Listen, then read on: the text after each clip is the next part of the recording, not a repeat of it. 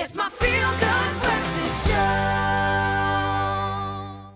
Yes, I am here with Missy Overturf, our decor and DIY expert in the house, because we're trying to conquer clutter and, of course, come up with great ideas to store in our homes. And if you want to have, or rather ask us, any decor-related questions, we will be taking your questions a little bit later on in the show. Missy, it is so good to have you here. It's nice to be here this morning. Thank you. Now, you know what? I think this is a perfect time of the year to start talking about this, because a lot of us are packing away the winter stuff. We're trying to make room in our homes.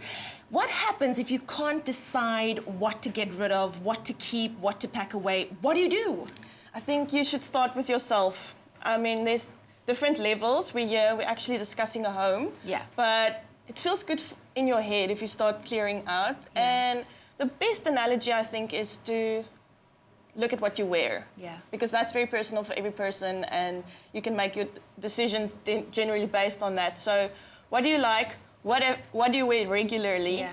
And then if it's been sitting in your cupboard for a year, why And you why haven't worn is it still there? Yeah. Because I know, this is from experience, that once you throw it out, 2 weeks later, you will want to wear it. This but is the unfortunately, things have to move on. So, So if you haven't worn it in a year, you should probably just let go. It's normally saying the true believers of decluttering say 6 months and then move on. So you have a yes, I keep this, Yeah. maybe pile of things, and then absolutely go. Okay. So, but I think you should get a very good friend with you, and if there are things you're worried about, you should say, help me because I can't let go, and that friend should just say, let it go. Let it go, let it go. Okay, so something that I know is a massive problem in everyone's house.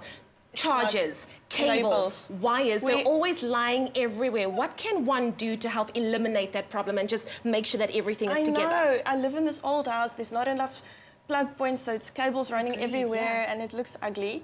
So, but it's part of our lives, eh? We have laptops, how many cell phones and things, so it's real. So this is pretty cute. I got this off the... This little device over here. Okay, it's a wooden box. You can buy it as is. Yeah. And inside, it has space where you can charge your phone, but I want to show us what's happening on the inside. Inside is what you all need. Take this off. Yeah. Look at that. And the plugs are nicely inside and there. we have all of them. 2 points, wonderful. 3 points, and that's all put inside the box and neatly hidden away. And this box, you actually plug in close to, or let it stand and it's close to the plug point. So that's really cool. But then maybe if you don't want to, there's an easier version. This is the easier version right there. So this is just a this is just a box that we all have in our home. It's a general storage box. It's quite pretty. Very cool. And I like then that. Utilize it like this. Instead of closing the back, open it up, put the lid back on. Wonderful. And then... Now, what happens if you have a lot of clutter in the kitchen in terms of utensils and things that you want to make sure that it's, it's all kept in a good space? I think it's nice to display items. Yeah. So that will also make you aware of what you keep and what you have instead of having it closed away or packed away in a drawer or a cupboard. So knives and forks, and this is quite nice. We have this homey setup here. On your island, display your knives and forks in jars. Use different types of glass jars, or maybe a cute little holder.